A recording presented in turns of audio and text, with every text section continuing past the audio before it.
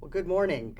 My name is Janak Shah. I'm one of the members of the GIE editorial board, and I'm here with Dr. Udayakumar Navaneethan, who's the first author on a study titled Single-Operator Cholangioscopy and Targeted Biopsies in the Diagnosis of Indeterminate Biliary Strictures, a systematic review. And it's very nice to have you. Very nice to meet you too. Yeah. So tell me a little bit about your study. Why did you do it? So single-operator cholangioscopy has been in practice for the last decade or so, and there have been a number of studies in the diagnosis of biliary strictures.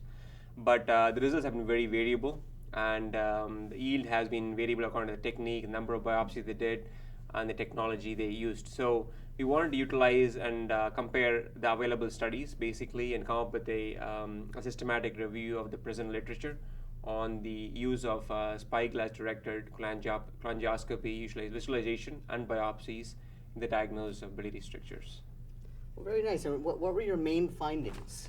So basically what we found was we analyzed around a lot of studies in the initial review, and we finally landed up with 10 studies, which included like 456 patients totally. And using those studies, we found that if you just go with visual endoscopic finding, so if you go in with a cholangioscope and see the biliary stricture, if you just say based on looking at the stricture is benign or malignant based on appearance alone, we found that the sensitivity and specificity for the diagnosis of those findings was 83% and 84% respectively. Then if we take spy bite biopsies through the cholangioscope and then obtain tissue diagnosis, the sensitivity and specificity of cholangioscopy guided biopsies, if we take all patients with biliary stricture, was 60% and 98% respectively.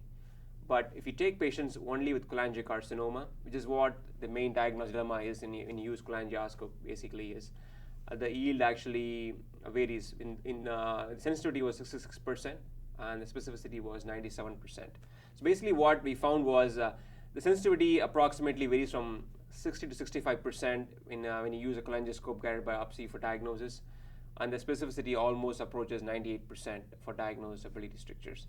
So we still are far behind in terms of diagnosis, in terms of sensitivity for diagnosis of cholangiocarcinoma. So there's still improvement to be needed in this area. Absolutely. Yeah. So where do we go from here?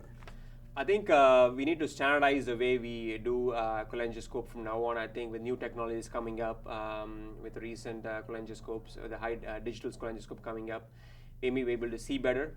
We need to characterize those the appearance of strictures better in the future. That'd be number one. Number two is going to be the ideal number of biopsies. Just like we do FNA samples, we do 6 for pancreatic, things like that. The same, we need to standardize the number of biopsies required through spy bite biopsies to get a better diagnosis.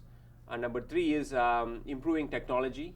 In addition to that, coming up with biomarkers. So I think technology alone can achieve to a certain extent, but I think if you obtain biomarkers along with technology to complement it, maybe we'll achieve sensitivity close to 100%, and that's the future. So you think all of this will have to be revisited in light of advances in technology and techniques? I agree. In addressing this. Interesting. I agree. Yeah. Was there anything else you would like to share with readers?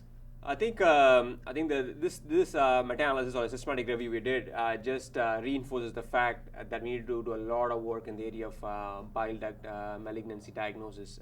So in the past we did we used usual fluoroscopy biopsies, we used brushings. We didn't achieve anything more than 50%, and now we use spy bite biopsy, we still are 60%. I think a lot of technology needs to be innovated, and a lot of scientists and endoscopists need to sit together and improve the way we diagnose these cancers better. Well, thank you very much. We're looking forward to seeing more interesting work from you and your center. Absolutely. Pleasure. Thanks for having me.